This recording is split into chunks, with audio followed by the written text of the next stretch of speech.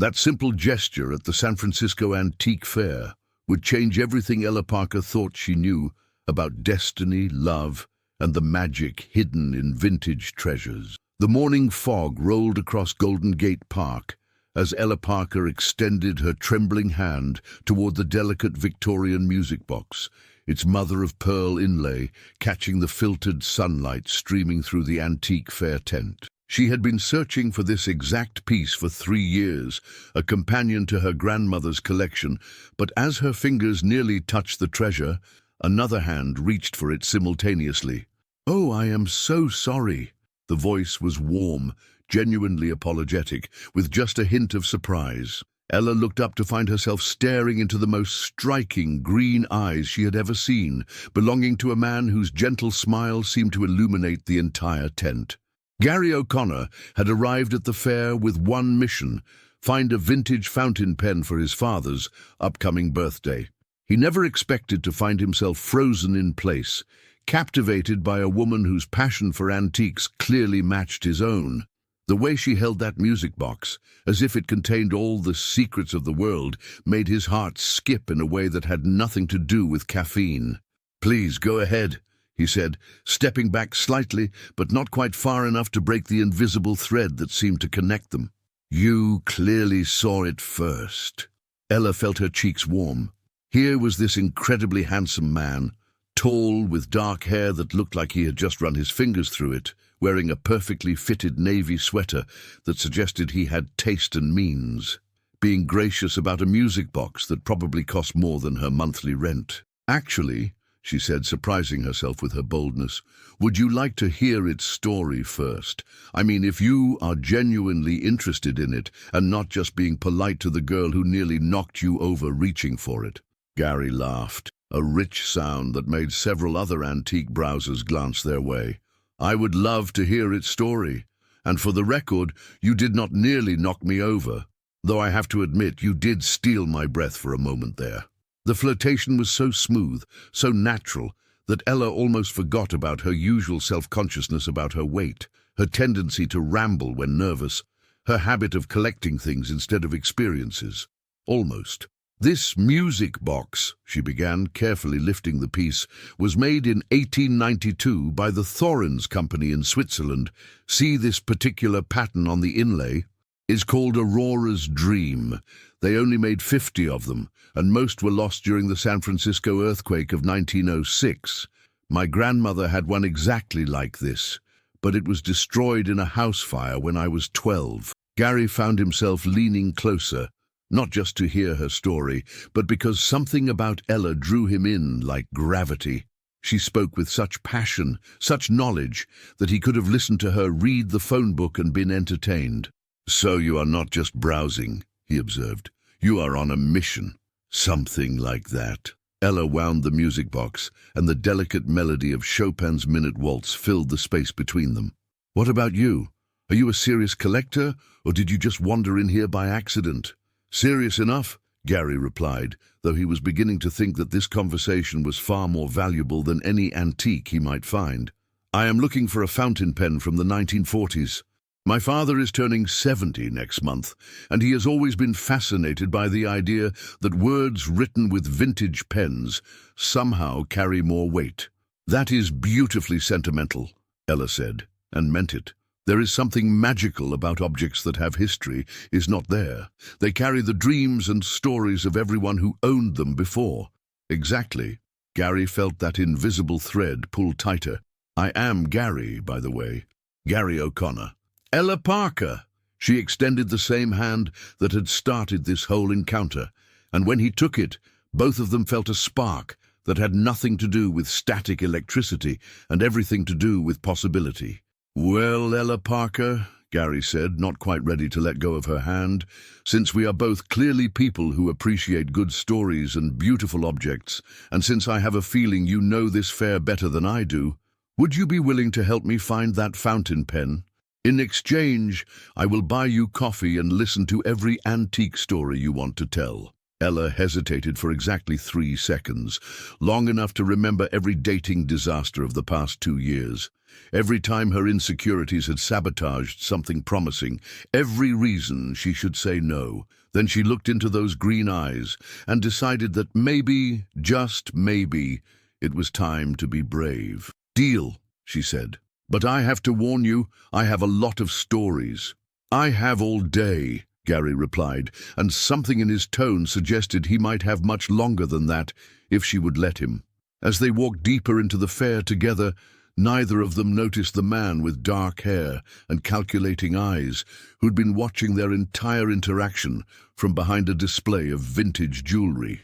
Marcus O'Connor had followed his cousin to the fair out of curiosity, but now he was intrigued for entirely different reasons. Gary was interested in someone. Gary, who had turned down every setup, every introduction, every opportunity their family had tried to create for him over the past 5 years. And this someone was clearly not the type of woman their family would expect or approve of. Marcus smiled to himself. This could be very useful indeed. 3 hours later, Ella and Gary had successfully found not one, but 3 vintage fountain pens, discovered a first-edition cookbook from 1923 that made Ella practically vibrate with excitement, and consumed enough coffee to power a small city. They had also learned that they both loved old movies, had strong opinions about the best hiking trails in Marin County, and could debate the merits of various antique restoration techniques with equal passion. "I cannot believe you have never been to the Alemany flea market," Ella said, as they settled at a small cafe table overlooking the park. "It is like the holy grail of vintage finds in San Francisco." "I have clearly been living a deprived existence," Gary replied, watching the way her eyes lit up when she talked about her hobby. "Though I have to ask, where do you put all these treasures? Please tell me you do not live in one of those apartments where you have to move 3 antique chairs to sit down." Ella laughed, the sound mixing with the distant music from a street performer. "I live with my parents and sister in a perfectly normal apartment in the Mission. My collection is organized, mostly. Okay, my sister calls it curated chaos, but I know where everything is." "Family business?" Gary asked, genuinely curious. "Small school. My mom and I run it together. She is a retired public school teacher, and I just finished my degree in education. We have about 40 students, kindergarten through 5th grade. Ella paused, suddenly aware that she was talking about her modest life to someone who probably had very different experiences. "What about you? What do you do when you are not hunting for vintage fountain pens?" Gary hesitated for just a moment. This was always the tricky part. How to explain his family's business without either sounding pretentious or making it seem like he was just coasting on family money. "I work for my family's company. We manufacture and distribute school supplies and office materials. I just graduated with a degree in business administration, focusing on automated production systems." "That is actually perfect," Ella said, her enthusiasm genuine. "I mean, we probably buy supplies from companies like yours all the time. It is fascinating how everything connects, is not it?" Gary felt something tight in his chest relax. She did not seem impressed by his family's wealth or intimidated by it. She was simply interested in the work itself. When was the last time someone had reacted to his job description with curiosity instead of calculation? "What is the most unusual antique you have ever found?" he asked, wanting to hear that passionate tone in her voice again. "Oh, that is easy," Ella said, settling back in her chair. "Last year I found this gorgeous Victorian writing desk at an estate sale in Oakland. It was in terrible condition, missing half the hardware, water damage, the works. But when I got it home and started cleaning it, I found a secret compartment. Please tell me it contained treasure maps or love letters." "Better," Ella grinned. "Recipes, handwritten recipes dating back to the 1880s, including one for something called Grandmother's Courage Cake that required a full cup of whiskey. I made it for my family's Christmas dinner, and let me tell you, it lived up to its name." Gary found himself laughing harder than he had in months. There was something about Ella, her authenticity, her joy in simple discoveries, her ability to find magic in the everyday, that made him feel lighter somehow. "I would love to try that cake sometime," he said, and then realized how forward that sounded. "I mean, if you ever make it again, not that I am inviting myself over or anything." "Actually," Ella said, surprising herself again, "my family does this big Sunday dinner thing every week. Nothing fancy, just good food, and too many opinions about everything from politics to the best way to organize a spice rack. You should come this weekend. I mean, if you want to meet the people who have to live with my curated chaos." Gary felt his heart do something acrobatic. "I would really like that." They were interrupted by the buzz of Gary's phone. He glanced at it, and his expression shifted slightly, not unhappy, but guarded. "Work?" Ella asked. "Family," Gary said, silencing the phone. "My cousin Marcus. He's probably wondering where I disappeared to." "Are you close?" Gary considered how to answer that. Marcus had been part of his life for as long as he could remember, but close was not exactly the word he would use. "We work together, family business, you know how it is." Ella nodded, though she did not quite know. Her family dynamics were complicated in entirely different ways, loving but sometimes overwhelming, supportive but occasionally smothering. She had a feeling Gary's family complications ran in different directions. "Should you call him back?" "Later," Gary said, giving her his full attention again.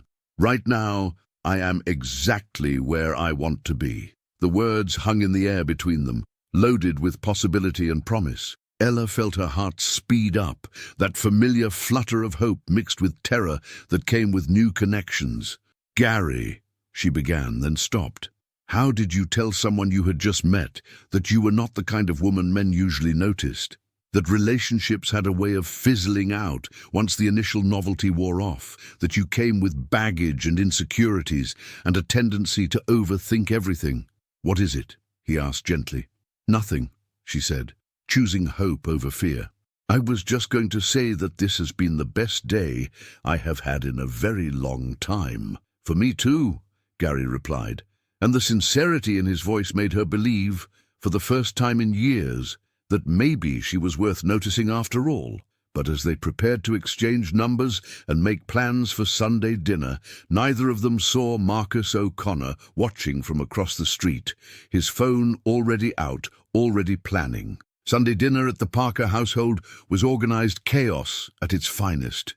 Ella's mother, Patricia, had spent the morning cooking enough food to feed a small army, while her father, Robert, had commandeered the living room to explain the finer points of motorcycle maintenance to anyone within earshot. Ella's sister, Sarah, was attempting to set the table around their ancient golden retriever, Spark, who had decided that his favorite napping spot was directly in the center of the dining room. "He is really coming?" Sarah asked for the third time, moving Spark's food bowl away from the good china. "The guy from the antique fair? The one who made you smile like you had won the lottery? His name is Gary, and yes, he is really coming," Ella replied, checking her reflection in the hallway mirror for the 15th time. She had changed clothes twice, finally settling on a blue dress that her sister swore brought out her eyes and made her look confident. "And he knows we are," Patricia began diplomatically, "completely normal people who happen to be loud, opinionated, and overly invested in each other's lives," Ella finished. "I gave him fair warning." The doorbell rang at exactly 6 o'clock, which impressed Robert, who had been skeptical about any man who met his daughter at what he called one of those fancy treasure hunts. Gary stood on the doorstep holding a bottle of wine and a small wrapped package, looking nervous in the most endearing way possible. He had changed clothes 3 times himself, finally settling on dark jeans and a green button-down that his sister had told him made his eyes look incredible. "You must be Gary," Patricia said warmly, opening the door before Ella could reach it. "We have heard so much about you." "Well, we have heard that you exist and that you like old things, which in this house makes you practically family." "Mom!" Ella protested, appearing behind her mother with slightly pink cheeks. "What?" "It is true. Come in, Gary. I hope you are hungry." Gary stepped into the Parker home and immediately felt something he had not experienced in his own family's house in years: genuine warmth, The living room was lived in and comfortable, with mismatched furniture that somehow worked perfectly together, bookshelves crammed with everything from classic literature to cookbooks, and family photos covering every available surface. "This is my dad, Robert," Ella said, as a tall man with kind eyes and grease-stained hands emerged from what Gary assumed was the garage. "Pleasure to meet you, son," Robert said, offering a firm handshake. "Ella tells me you appreciate quality craftsmanship.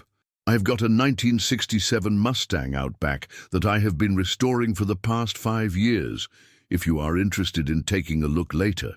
"I would love that, sir. And this is my sister, Sarah," Ella continued, as a woman who was clearly Ella's sister, but somehow looked nothing like her, approached with a curious smile. "The famous Gary," Sarah said with a grin that made Ella want to disappear into the floor. "The man who has made my sister clean her room twice this week." "Sarah manages the downtown location of Pages and Passages bookstore," Ella said quickly, trying to steer the conversation away from her cleaning habits. "Really?" Gary's interest was genuine. "That is the place on Union Square, right? With the amazing rare book section upstairs. You know it?" Sarah looked impressed despite herself. "I have been browsing there for years. You have an incredible collection of first editions." As they moved into the dining room, Gary presented the wrapped package to Patricia. "I hope this is appropriate. Ella mentioned you collect vintage cookbooks." Patricia unwrapped the gift to reveal a beautifully preserved 1952 edition of The Joy of Cooking, and her delighted gasp made Gary smile with relief. "This is gorgeous. And look at the condition. Where on earth did you find it?" "There is this little shop in North Beach that specializes in culinary antiques," Gary said. "The owner told me it belonged to a professional chef who never actually used it, just kept it for reference." "He found that between yesterday and today," Ella said softly, touched by the thoughtfulness of the gesture. Dinner was a revelation for Gary. The Parkers talked over each other, debated everything from the best hiking trails to the most efficient way to organize a spice rack, and included him in conversations as if he had been part of the family for years. No one asked about his job prospects, his family's money, or his 5-year plan. They simply wanted to know about him. "So, how did you get interested in antiques?" Robert asked, passing around Patricia's famous garlic bread. "My grandmother, actually," Gary replied. "She had this incredible collection of vintage postcards, thousands of them, from all over the world. When I was little, she would tell me stories about each one, making up adventures about the people who might have sent them. I think that is where I learned to see history in objects." "That is beautiful," Patricia said. "Do you still have the collection?" Gary's expression clouded slightly. "Some of it. Family dynamics can be uncomplicated when it comes to inheritances." Ella caught the subtle shift in his tone and filed it away to ask about later. She was learning that Gary had layers, depths that he did not readily reveal. "Well, you picked the right person to explore antique fairs with," Sarah said, grinning at her sister. "Ella once drove to Sacramento because she heard rumors about a Victorian dollhouse at an estate sale. "And it was worth it," Ella protested. "That dollhouse is now the centerpiece of my collection." "Show him the music room," Patricia suggested. "Mom, he does not want to see—" "Actually, I would love to," Gary interrupted, "if you do not mind." Ella led him down the hallway to what had once been a small bedroom but was now her personal museum. Vintage music boxes, antique dolls, restored furniture, and carefully displayed collectibles filled every corner. But it was not cluttered. It was curated, organized with the eye of someone who truly understood the value of each piece. "Ella, this is incredible," Gary said, genuinely amazed. "You have created your own private museum." "It is a bit much, I know." "It is perfect," he said firmly.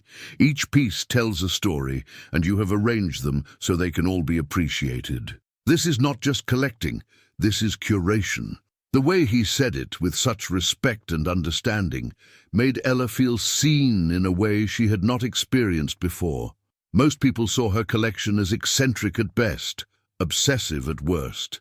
Gary saw it as an expression of who she was. They returned to the dining room to find the family deep in debate about the best route to Big Sur, and Gary found himself drawn into the conversation as if he belonged there. By the time Patricia brought out dessert, the infamous grandmother's courage cake, he felt more relaxed than he had in months. "This is incredible," he said after his first bite. "I can definitely taste the courage." "Family recipe," Patricia said proudly. "Ella found it in that writing desk she told you about." As the evening wound down, Gary helped clear the table, despite Patricia's protests, and found himself in the kitchen with Ella, loading the dishwasher. "Your family is wonderful," he said quietly. "Thank you for inviting me. Thank you for coming. And for the cookbook. Mom has not stopped talking about it." "It was my pleasure." Gary paused, dish towel in hand. "Ella, I have to tell you something. This is the first time in years that I have felt like I could just be myself. No expectations, no agenda, no one trying to figure out what I could do for them. Just me." Ella turned to face him fully. "What do you mean?" Gary realized he had said more than he intended. How did he explain that his world was full of people who saw his family name before they saw him? That every social interaction felt like a transaction? "I just mean that your family welcomed me without knowing anything about me, except that I make you smile. That is rare." Ella felt her heart do that fluttering thing again. "You do make me smile. More than I have in a very long time." They were standing close now, close enough that Gary could see the flecks of gold in her brown eyes, close enough that Ella could smell his cologne mixed with the scent of Patricia's cooking. "Ella," Gary said softly, "I would really like to see you again. Soon." "I would like that too." He leaned down slowly, giving her every opportunity to pull away, and kissed her gently. It was soft and sweet and full of promise, and when they broke apart, both of them were smiling. "Next weekend," Gary said, "let me take you somewhere special." "Okay," Ella whispered, still slightly breathless. As Gary said his goodbyes and promised Robert he would definitely come back to see the Mustang, neither he nor Ella noticed the black sedan parked across the street, or the man inside taking photographs with a telephoto lens. Marcus O'Connor had learned everything he needed to know. The week following Sunday dinner passed in a blur of text messages, phone calls, and anticipation. Gary and Ella talked every day, sometimes about antiques and shared interests, sometimes about nothing at all. Gary found himself looking forward to her messages more than important business meetings, while Ella discovered that someone could think her random thoughts about vintage jewelry were not just interesting, but fascinating. "You are glowing," Sarah observed on Thursday morning as they opened Pages and Passages together.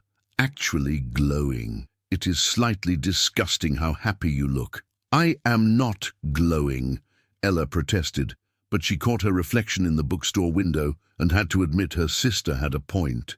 "When are you seeing him again?" "Saturday.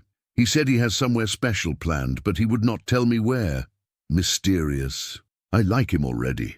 Meanwhile, across town, in the gleaming headquarters of O'Connor Industries, Gary was trying to focus on quarterly production reports while fielding increasingly pointed questions from his cousin Marcus. "So, this woman from the antique fair," Marcus said, perching on the edge of Gary's desk with studied casualness. "You are still seeing her?" "Her name is Ella, and yes, I am seeing her," Gary replied without looking up from his paperwork. "Interesting. What does she do again?" "She runs a small school with her mother." Right, very noble." Marcus' tone was carefully neutral, but Gary caught the subtle emphasis and finally looked up. "Is there something you want to say, Marcus?" "Not at all.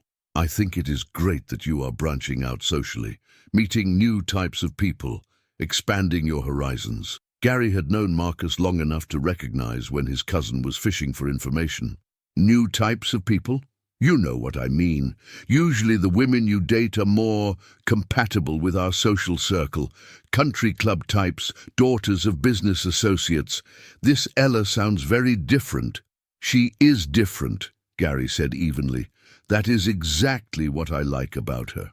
Marcus held up his hands in a gesture of innocence. I am just saying, sometimes these novelty relationships can be fun for a while, but they rarely work out long term. The differences in background, lifestyle, expectations, it can get complicated. Gary felt something cold settle in his stomach. Novelty relationship? Come on, Gary. You are a catch. Successful family business, good looks, financial security. You could have your pick of appropriate women. This teacher from the Mission District. What does she really have to offer someone like you long term? The words hit Gary like a physical blow, not because Marcus was right, but because Gary could suddenly see how someone might view his relationship with Ella through that lens. The thought made him feel sick. I think this conversation is over, Gary said quietly. I'm just looking out for you, cousin. That is what family does. After Marcus left, Gary sat staring at his computer screen, unable to concentrate. Marcus' words kept echoing in his head. Not because he agreed with them, but because he knew other people might. His parents, for instance, who had already started making subtle inquiries about his weekend plans. His uncle, who had strong opinions about maintaining appropriate social connections. For the first time since meeting Ella, Gary wondered if he was being selfish. What if Marcus was right about the complications? What if his feelings for Ella ended up hurting her more than helping her? Saturday arrived with typical San Francisco weather, sunny and cool, perfect for the surprise Gary had planned. He picked Ella up in his BMW, and she tried not to feel self-conscious about the difference between his car and her father's aging Toyota. So, where are we going? She asked, as they drove through Golden Gate Park. You will see, Gary said, but she could sense something different in his mood. He seemed distracted, less present than he had been all week. Their destination turned out to be the Legion of Honor Museum, where a special exhibition on Victorian decorative arts was running through the month. Gary, this is perfect! Ella exclaimed as they walked through the galleries. Look at this silver tea service. The craftsmanship is incredible. Gary watched her examine each piece with the same passion she had shown for the music box at the antique fair, and felt his heart tighten with something that might have been panic. She was so genuinely excited, so grateful for his thoughtfulness, so completely herself. How could he have let Marcus' words get under his skin? This snuff box, Ella said, pointing to an ornate piece in a display case, is almost identical to one I saw at an estate sale last month. The seller wanted $800 for it, which was probably fair, but way out of my budget. What would you do with a snuff box if you bought it? Gary asked, genuinely curious. Display it, research its history, maybe write about it for the antique collector's newsletter I contribute to sometimes.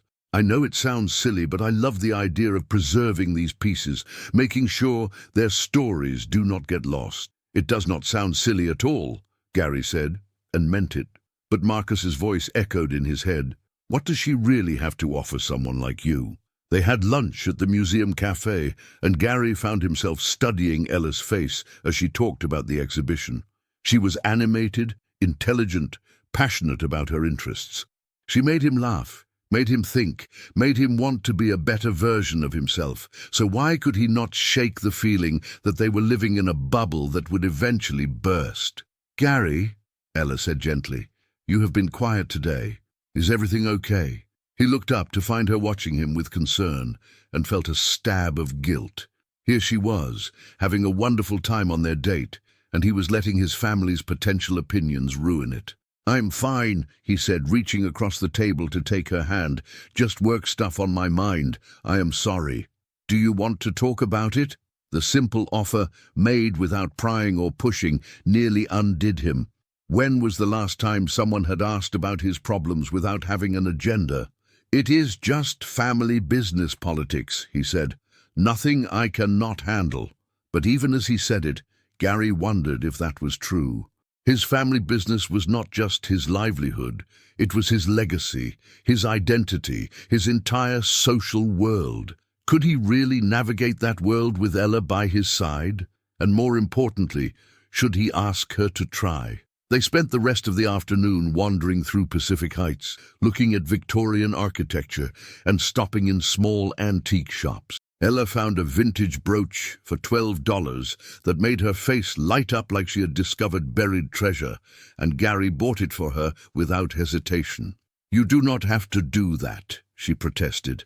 "I want to," he said, and realized it was true. He wanted to buy her things, take her places, see that smile as often as possible. As they walked back to his car, Ella slipped her hand into his, and Gary felt some of his earlier tension dissolve. Whatever complications lay ahead, whatever his family might think, this felt right. Ella felt right. But as they drove back toward the Mission District, Gary's phone buzzed with a text from his father. "Son, we need to talk. Sunday dinner, 6 p.m. Do not be late." The tone was ominous enough that Gary felt his stomach drop. His father only used that particular phrasing when something was seriously wrong. "Everything okay?" Ella asked, noticing his expression. "I hope so," Gary said, but he was no longer sure of anything. What he did not know was that Marcus had spent the week carefully planting seeds of concern with various family members, sharing carefully edited information about Gary's new relationship, complete with photographs that made Ella look as different from their usual social circle as possible. The trap was set, and Sunday dinner would spring it. Sunday dinner at the O'Connor family estate in Marin County was always a formal affair, but this particular evening felt more like a tribunal. Gary arrived promptly at 6 to find his parents, his uncle David, his brother Trevor, his sister Rebecca, and Marcus already seated in the grand dining room, their expressions ranging from concerned to calculating. "Gary," his father, William O'Connor, said without preamble as Gary took his seat, "we need to discuss your recent social activities." Gary felt ice form in his veins. "My social activities? This woman you have been seeing?" his mother Catherine said, with the tone she usually reserved for discussing particularly distasteful business matters. Ella Parker. The fact that they knew her full name told Gary everything he needed to know about how this conversation would proceed. "What about her?" Marcus cleared his throat. "Gary, we are family. We look out for each other. And frankly, some of us are concerned about this relationship." "Concerned how?" "She is not suitable," William said bluntly. "Her background, her social status, her financial situation, none of it aligns with what this family expects from serious relationships." Gary felt anger building in his chest, hot and protective. "You do not even know her." "We know enough," Catherine replied, pulling out a folder that made Gary's blood run cold. "She lives with her parents in a modest apartment. Her family runs a small school with 40 students. Her father repairs motorcycles. She collects junk from garage sales." "Antiques," Gary corrected sharply. "She collects antiques, and that junk represents serious historical knowledge and careful curation."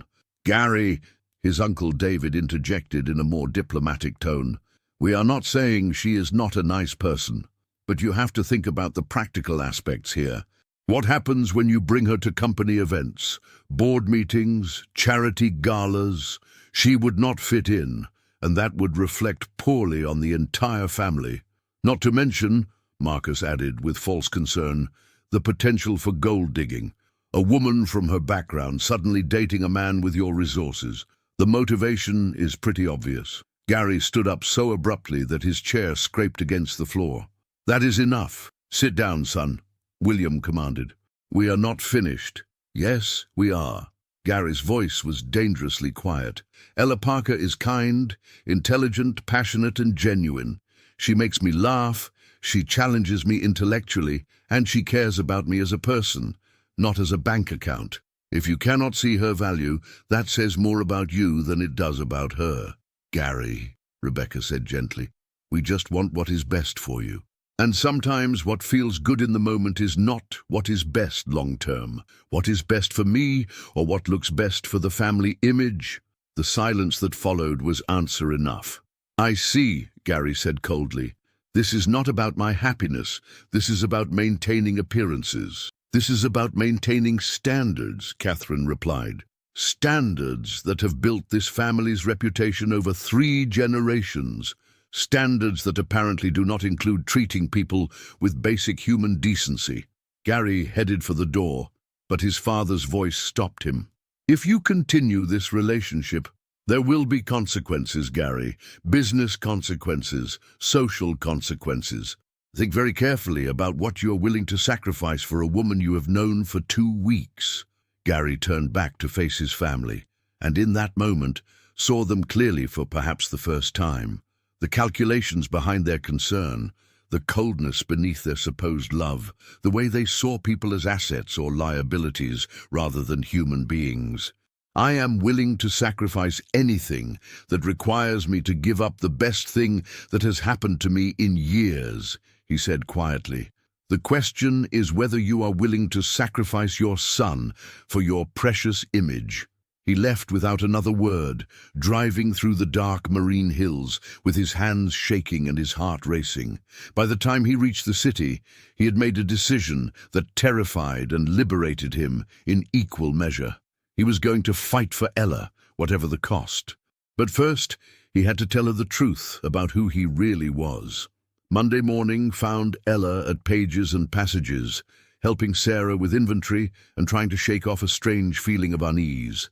Gary had called Sunday night, but their conversation had been brief and oddly formal. He had asked if they could meet Tuesday evening, said he had something important to discuss, and then hung up before she could ask any questions. "You look worried," Sarah observed, unpacking a box of new releases. "Gary was strange on the phone last night, distant. Maybe he is just having a bad day. Everyone has them." Maybe. But Ella could not shake the feeling that something was wrong. Tuesday evening, Gary picked a quiet restaurant in North Beach, the kind of place where they could talk without interruption. Ella arrived to find him already seated, looking more serious than she had ever seen him. "Thank you for meeting me," he said as she sat down. "Of course. Gary, what is going on? You have been acting strange since Sunday." Gary took a deep breath. "Ella, I have not been completely honest with you about my family's business." Ella felt her heart skip. "What do you mean?"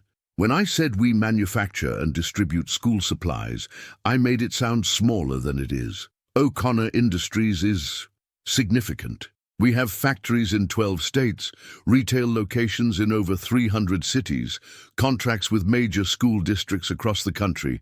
We are not just comfortable. We are wealthy, very wealthy." Ella stared at him, processing this information. "How wealthy are we talking about? Forbes list wealthy, private jet wealthy, estate in Marin County wealthy." The words hit Ella like cold water. "Why did not you tell me this before?" "Because I wanted you to know me, not my bank account. Because every relationship I have ever had has been complicated by money and expectations and what people think I can do for them." Gary reached across the table, but Ella pulled her hands back.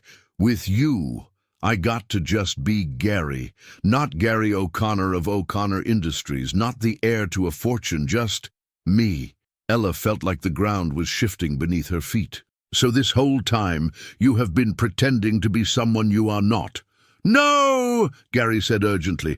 "Everything I have shared with you, everything we have talked about, everything I have felt, that is all real. The only thing I hid was the size of my family's business. The size of your family's business, and the fact that you live in a completely different world than I do," Ella said, her voice getting sharper. "Do you have any idea how this makes me feel? Like some kind of charity case you were slumming with. That is not what this was. That is never what this was." "Then what was it, Gary?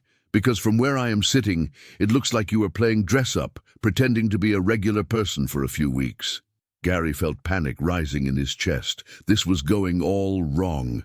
"Ella, please, let me explain properly.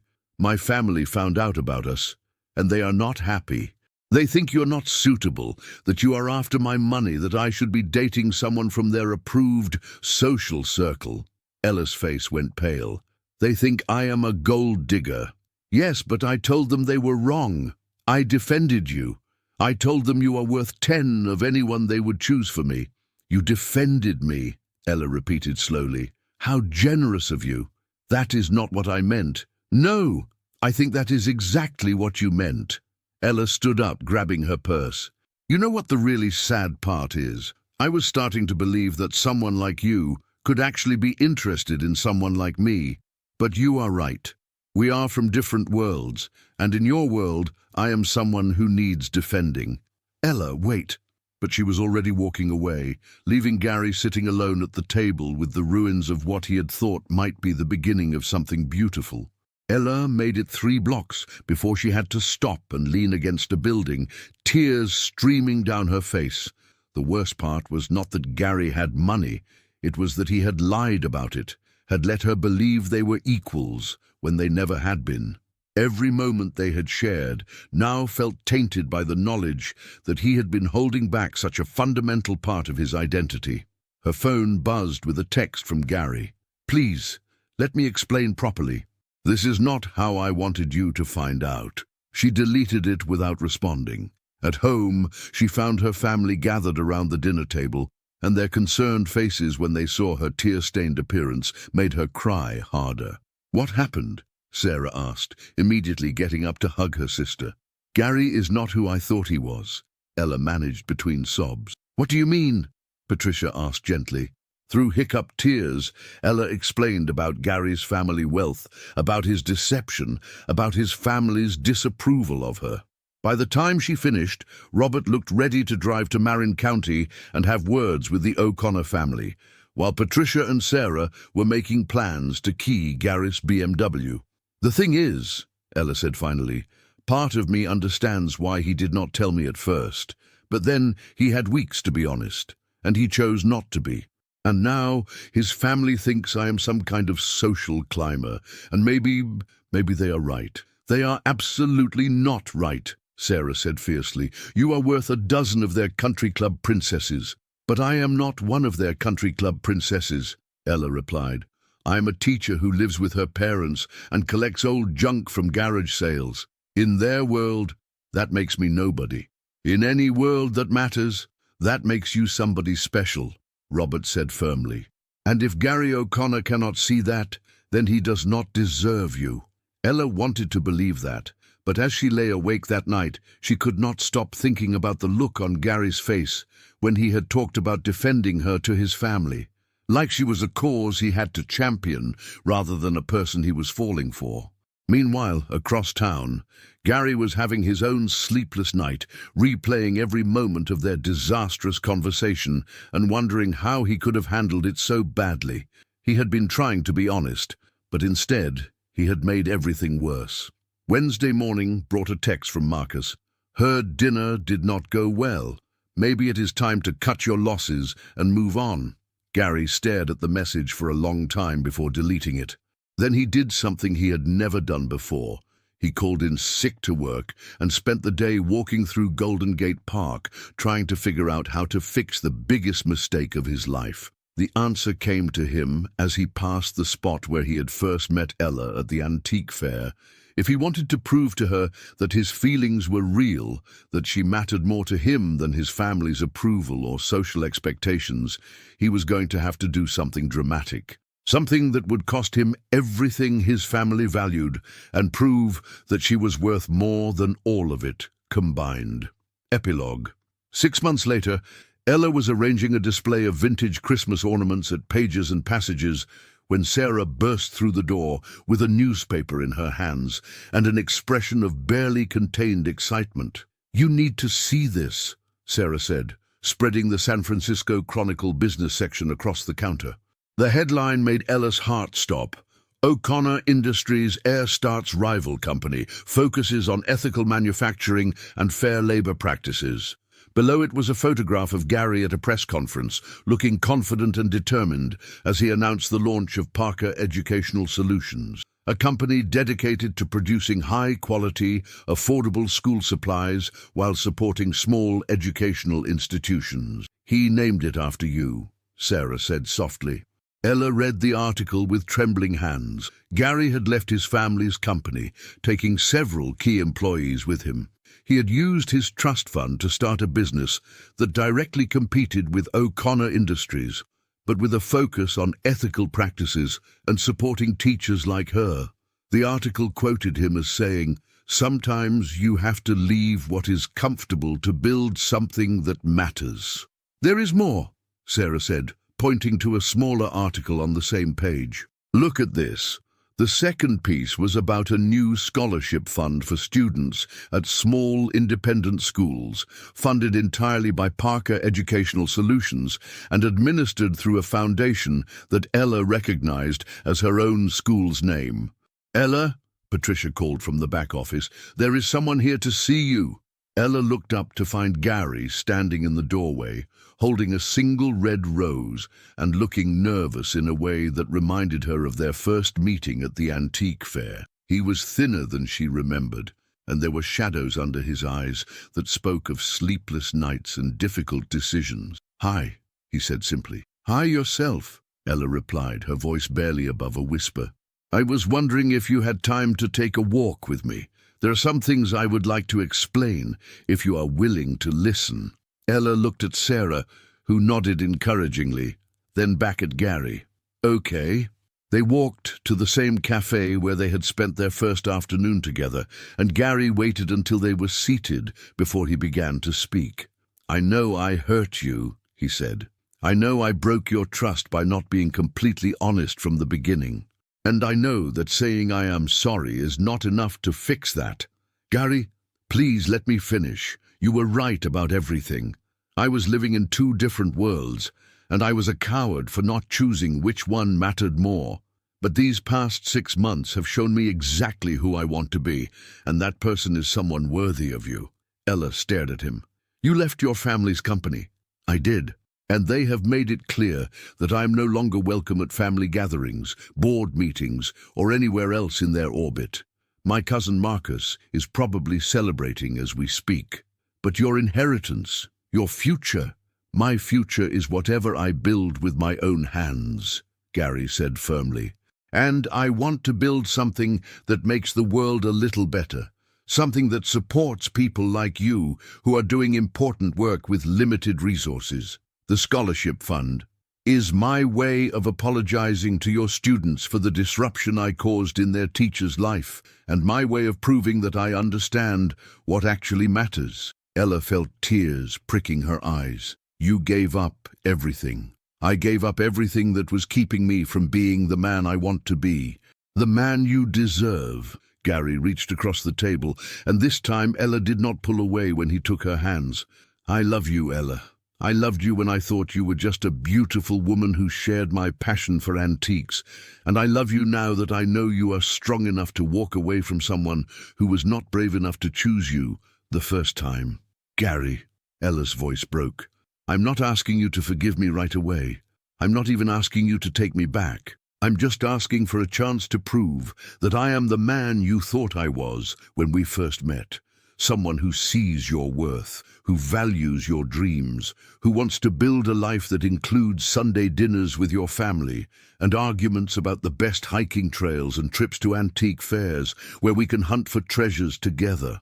Ella looked into his green eyes and saw everything she had fallen for 6 months ago, but deeper now, tested by loss and strengthened by choice. "Your family will never accept me," she said quietly. "Then we will build our own family, with people who love us for who we are, not what we can do for them. It will not be easy. The best things never are." Ella thought about the past 6 months. The hurt, the anger, the gradual healing, and finally the hope that had started to bloom again when she read about his new company. She thought about the man who had given up a fortune to prove a point, who had named his business after her, who had found a way to turn his privilege into something that could help other people. "One condition," she said finally. "Anything. Next time you have something important to tell me, you tell me directly. No more secrets, no more protecting me from information I deserve to have." Gary smiled, the first real smile she had seen from him since their disastrous dinner. "Deal. Complete honesty, even when it is difficult. Especially when it is difficult. Especially then." Ella leaned across the table and kissed him, tasting possibility and promise and the courage it took to choose love over comfort. "So," she said when they broke apart, "tell me about this company of yours. Are you hiring? Because I know a thing or two about what teachers actually need in their classrooms. Gary laughed, the sound mixing with the afternoon sunshine and the distant music of street performers.